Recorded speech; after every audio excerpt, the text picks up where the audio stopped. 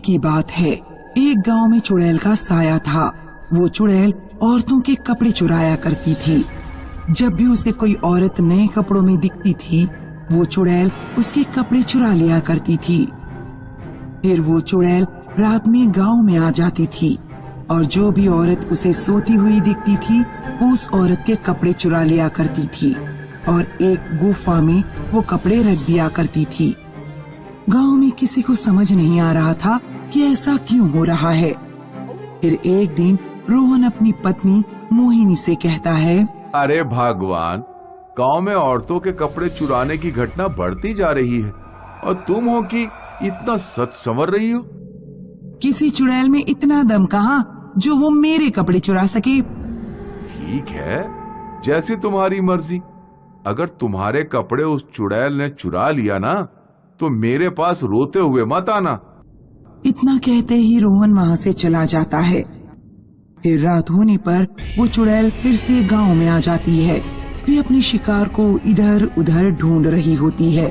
तभी उसे एक घर में सोती हुई औरत दिखती है। वो चुड़ैल फिर उस घर में जाती है और कपड़े चुरा कर जा रही होती है। तभी उस औरत को उसके जाने की आहट से उसकी नींद खुल जाती है। वो औरत देख लेती है कि वो चुड़ैल उसके कपड़े चुरा कर ले जा रही है। वो औरत उसका पीछा करने लगती है, पर वो चुड़ैल थोड़ी दूर जाकर अंधेरे में गायब हो जाती है।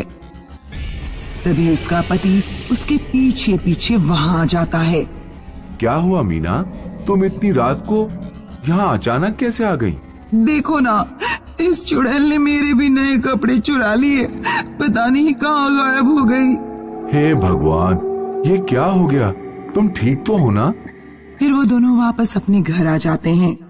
अगले दिन मीना के कपड़े चुराने वाली बात पूरे गांव में फैल जाती है। सब लोग मीना के कपड़े चोरी होने वाली बात कर रहे होते हैं। तभी रोहन को अपनी पत्नी की फिक्र होती है, तो वे अपने घर आ जाता है। घर पहुंचकर जब वो अपनी पत्नी के कमरे में आता है, उसकी पत्नी नए कपड़ों में सज धज के अपने आप को शीशे में निहार रही होती है। अरे मोहिनी, तुम्हें पता है कल मेरे दोस्त मोहन की पत्नी के कपड़े भी चोरी हो गए। मुझे तुम्हारे लिए बहुत फिक्र हो रही है, कहीं वो चुड़ैल तुम्हारे भी नए कपड़े ना चुरा ले। अजी तुम फिक्र ना करो, मेरा कोई कुछ नहीं बिगाड़ सकता। अरे मोहिनी, तुम्हारे पास तो वो साड़ी नहीं थी, ये कहाँ से आई? नहीं जी, इसे तो मैंने थोड़े दिनों पहले ही खरीदा था। आपको शायद मैं बताना भूल गई थी।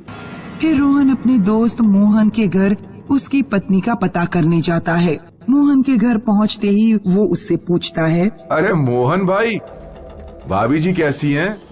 मैंने सुना है उनके भी कपड़े चोरी हो गए हैं। क्या बताऊं भाई, तुम्हारी भाभी के जब से कपड़े चोरी हुए हैं, उसने तो रो रो कर बुरा हाल कर दिया है। ना जाने इस चुड़ैल का हमारे गांव से कब साया जाएगा।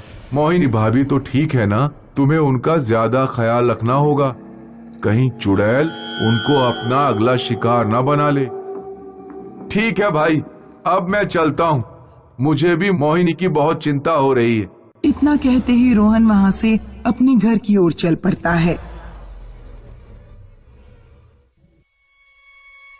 वो इधर उधर देखता है, वो बहुत डर जाता है। उसे मोहिनी कमरे में नहीं दिखती। वो उसे आवाज देता है, मोहिनी, मोहिनी, तुम कहाँ हो? बाहर से एक औरत की रोने की आवाज आ रही होती है। रोहन फिर वहाँ भागा भागा जाता है और देखता है सारे गांव वाले वहाँ खड़े होते हैं। अरे क्या हुआ भाई, किसकी चिल्लाने की आवाज आई थी? अरे देखो भाई, उस चुड़ैल ने इस औरत के भी नए कपड़े चुरा लिए और न जाने कहाँ अंधेरे में गायब हो गई। ये सुनकर उसे अपनी पत्नी की फिक्र होने लगती है। वो वापस अपने घर आ जाता है। जब वो घर पहुंचता है तो देखता है मोहिनी अपने आप को एक और नए कपड़ों में सज धज के शीशे में निहार रही होती है।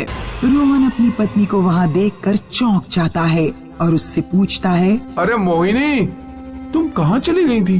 मैं तुम्हारे लिए परेशान हो गया था। और तुम्हें पता है, चुड़ैल ने फिर से किसी औरत के कपड़े चुरा लिए हैं। क्या तुम्हें बिल्कुल भी डर नहीं लगता? मोहिनी उसकी बातों को अनसुना कर देती है। और खुशी खुशी अपने आप को शीशे में निहारने लगती है। रोहन उसकी एक और नई साड़ी देखकर हैरान हो जाता है। अरे मोहिनी, तुम्हारे पास पैसे कहाँ से आए? फिर एक नई साड़ी? ये साड़ी कहाँ से आई तुम्हारे पास?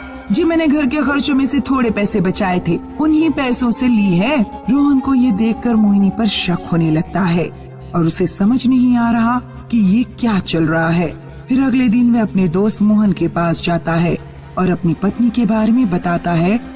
जब भी किसी औरत के गांव में कपड़े चोरी होते हैं, पता नहीं अगले ही दिन मोहिनी के पास भी नए कपड़े आ जाते हैं। मुझे कुछ समझ में नहीं आ रहा है। मोहन फिर उसे एक उपाय देता है। मैं तुम्हारे घर में पहले से ही छुप जाऊंगा और तुम भी सोने की एक्टिंग करना। अगर रात को भाभी कहीं जाती हैं, तो हम दोनों उनका पीछा करेंगे।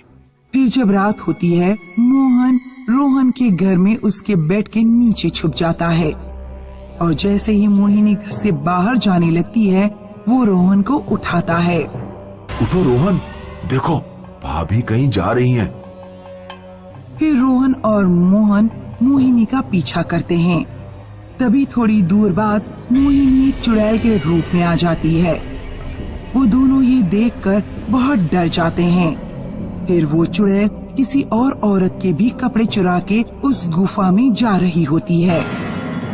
वो दोनों भी उसके पीछे पीछे गुफा में चले आते हैं। फिर रोहन उस चुड़ैल से पूछता है, कौन हो तुम?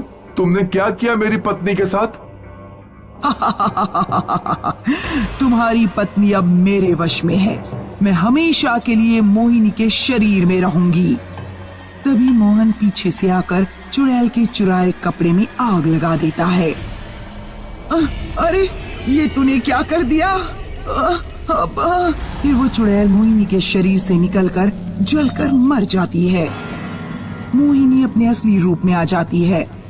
फिर वो रोहन और मोहन को उस चुड़ैल से बचाने के लिए धन्यवाद करती है और ऐसे इस गांव से कपड़े चुराने वाली चुड़ैल का साया चला जाता है।